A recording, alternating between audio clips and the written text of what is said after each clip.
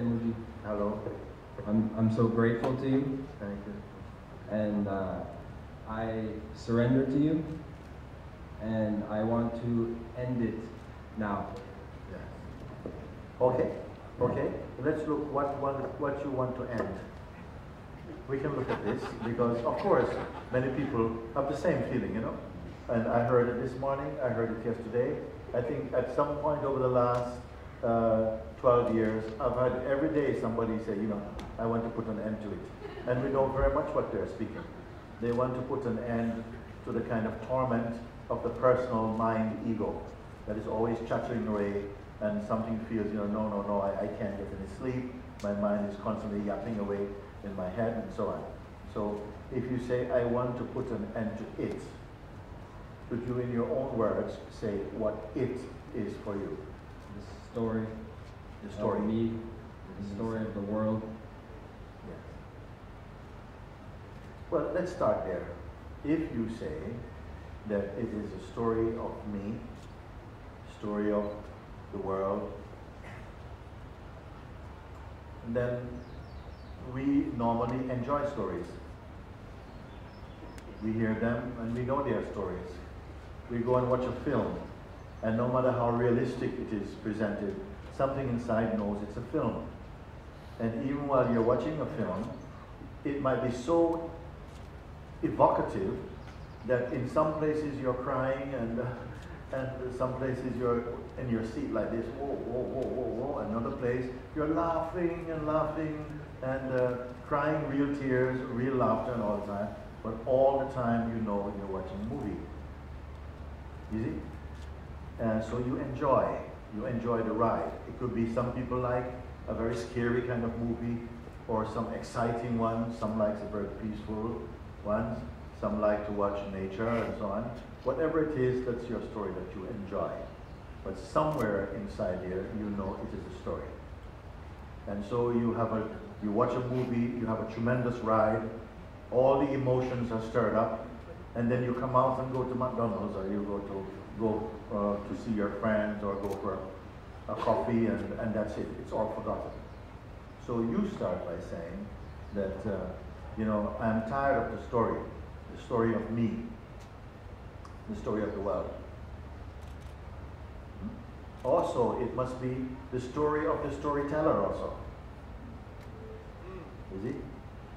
Yeah, I'm tired of the story, and I'm tired of the one who is telling the story and living the story also. You are aware of the story. If you know it is a story, how would it trouble you? If you know, so you chose a word, it caught my attention, story. I want to get rid of the story of me today. Why get rid of it? Why not just leave it if it is a story? Unless you wish to say something more than this, you see. If you know it is a story, because many people don't see it as a story. They say, but this is a fact. This is my life, this is my reality. They say, my reality. They don't say story. They deeply believe that this thing's happening. They see it as a fact, not a fiction. A story is a fiction. And you say, I want to get rid of the story of me. If it is a story and you see it as a story, it means it has no fundamental reality for you. You are the perceiver of the story. You're the listener of it. You're the watcher of the movie of it. Then I don't feel that you should have any trouble. So where is the trouble then? Because you identify. There's identifying with the story of yourself, the self-image and so on. And this is the key factor, that we identify with it, and therefore by identifying with it, it takes on a profundity. It feels real and true and actual. And by believing in that, you believe it into existence for you, and it becomes your experience. And now, to get rid of it, you have to find something else to believe, a contrary thought, to counteract that belief or something like that. But I wanted to show you a very simple, a pointing that is so simple It is as simple as putting a mirror in front of you and ask you what you really see. But if you are not ready for that, you will only see your physical face, a reflection of your physical face. But there's a mirror in which you will see into the very source of yourself. How do you get rid of the story? First, you understand it as a story. If you understand it as a story, then it has no real bite into it. It is only tasty for a few moments, and you'll soon forget about it if it's only a story. But if you believe in it, you'll find that tomorrow after waking up, the story continues. Right throughout the waking state. Until you go to sleep, then the story will vanish. Then you wake up and the story will start again. And right through your waking day, the story will continue. Some people call it daydreaming. I said, each morning you wake up from the dream. But to be fully awake, you must also wake up from the waking state. But I thought the waking state means you're awake. Yes, it sounds like you're awake, but if you're not awake to the truth of who you are, we are still in a state of sleep. Meaning that you're believing many things that are founded on misconceptions. They are not true. Then what is true? Well, first of all, truth is not merely a bundle of beautiful concepts. It cannot be true. Because concepts have no value without the conceiver and the perceiver of them. If there's no perceiver, the concepts are not even called concepts. For whom do they come? It is you who perceive them. Who are you, the perceiver of concepts? Are you also a concept? So these questions, they have to be asked, you see. And in the beginning, if you're not used to it, it will just sound like, oh man, this is just too mental, it's too intellectual for me. But it's not because it's too mental or intellectual. It's in fact, it's too direct and it's too simple. Because we are always asking questions about things, which I call objective questions. You know, how tall is this, how far, how deep, where do you live? These things are objective questions and they can be satisfied with objective answers. But this question, who am I who is asking all these questions? This is different. This is a subjective question and will not be satisfied by merely objective answers. It has to lead into some deeper thing, a deeper level of experiencing, an insight, a revelation, or something like this. And I don't feel that I want to give you just merely conceptual answers and conceptual contact. It has to be that you begin to discover something alive and true. How we are going to get to this? So I start by saying, you spoke about story. If you are aware that something is a story, then you won't believe in it too much. You will only enjoy it. Enjoy stories. You don't have to believe in them. But you say, but they are upsetting me, which means that you are identified with them. Is it possible to perceive without identifying? Of course it is. You can look at all these here. All these colors here. And you can look intimately at them and turn away and leave them right where they are. They don't follow you down the road as you go. You don't go home and dream about them or how these flowers. When you're talking to people, you're not seeing flowers coming up in front of you. So they don't have the power to keep pursuing you wherever you go. You can look at anything in intimate detail, and it does not affect you. You see? And it is good because so many things are available for sensory perception. It is good that when you turn away from them, you leave them right where they are. So most things, they don't trouble you. So what kind of things trouble you? Always the things that you are interested in, they will trouble you. You don't have to transcend something which you have no interest in. You follow? If you have no interest in something, it cannot trouble you and you don't have to transcend it. It doesn't register in your consciousness. So, when we speak about our troubles in life, it is because what? We have deep interest in these things. And also, they've become personal. All problems have a personal component. You're thinking personally, it becomes a problem. If you find something, I find this thing here, which has the least attachment for you. I throw it to you, catch it, and you look at it, study it, smell it, shake it, everything like this. I said, does it trouble you? No. If you had this interest in everything, nothing would trouble you. You have no problem at all. You'd be totally free. You would not be saying, oh, I need to get rid of me. Not at all. And you have the power to look at anything emotionally, physically, intellectually, passionately. Look at all of them without being sucked into identification with them. If you don't identify, you will not have any problem.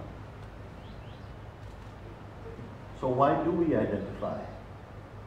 Out of habit, out of conditioning, we are identifying.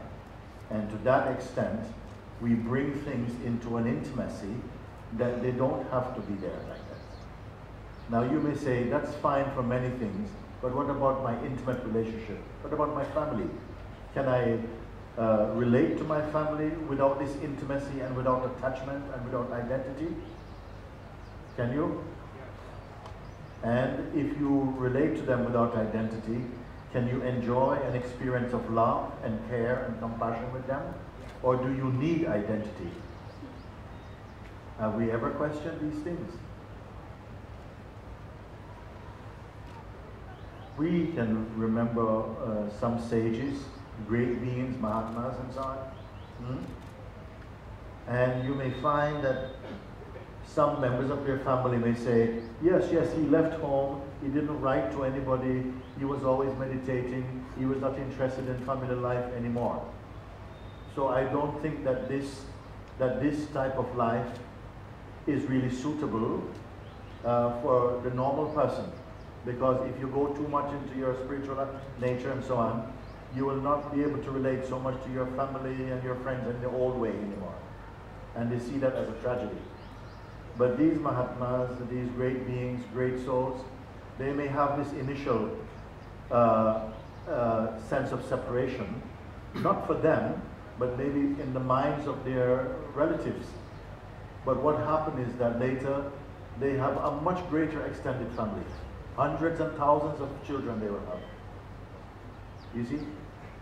Not because they want to do that, but because they can begin to relate with the same depth of compassion and love and care to many, many beings.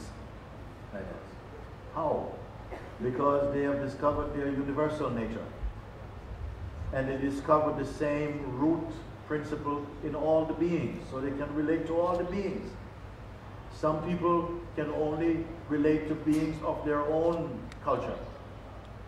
So if you're Indian, you only can relate to Indian people. If you're African, you can only relate to African people. And maybe not just to any African people, maybe only to Nigerian people. You see? And if you're English, you can only relate to English people, but Irish, you see? So this is to do with culture. It's not to do with your universal nature. So your being, for whatever reason you're here, is attracted towards moving towards the universal consciousness, which is to widen your field of being and perception, so that you can converse with beings from varying backgrounds. So you lose your sense of type. So, I'm not that type of person. You lose your type. You become universal. And it will not hurt this world if you discover your universal being. You don't have to deny your local being. It can be there too, but you have advanced greater than this also. You have become a true human being from one human family, and also beyond also.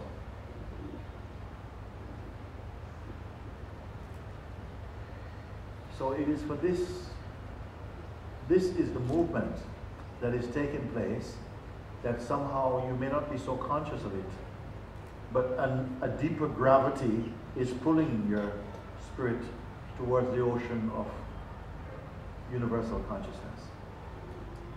And as you become more sensitized to this, you'll find that the way in which you relate to other beings become much deeper, much more profound, much richer, enriching, empowering, not selfish. You see. So coming back to you speak about the story. I was very happy to hear this type of analogy. If you begin to see something as a story, then normally you are not so attached to it. There are some people who love imagination, and they read the books, mostly fiction. They enjoy that. So good luck. They enjoy this. The consciousness in the form of these people enjoys fiction. It wants to play like that. That is fine. But the one who is searching for truth tends not to be pursuing fiction things. They say that life is already full of fiction. Is there a place where there is a fact? And what is a fact? A fact would mean that which is true today, tomorrow, the next day, any time, any season, any mood, it remains the same. But yet it is not stagnant. It is not dead. Do you know anything like that? I will tell you. It is your inmost being.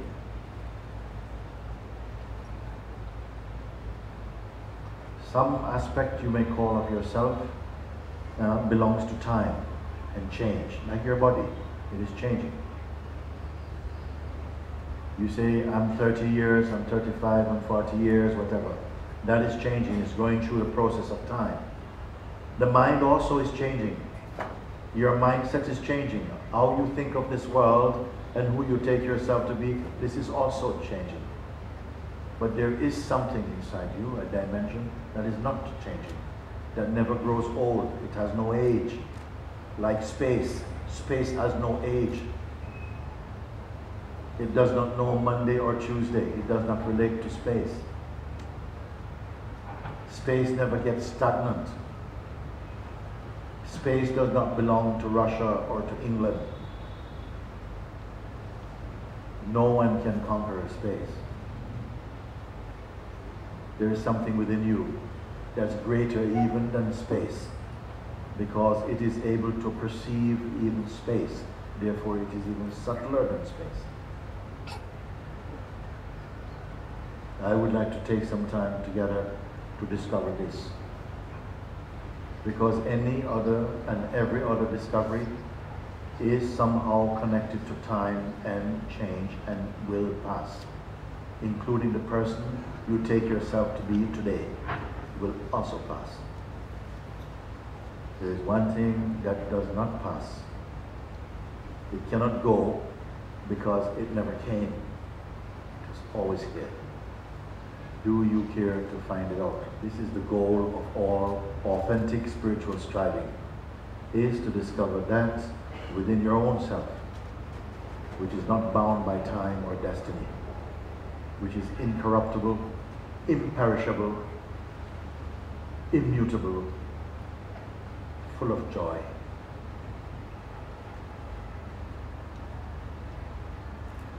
But most human beings are not even aware of it, although we are it. And it is the last thing we discover, the greatest thing about ourselves. So somebody's playing a game somewhere.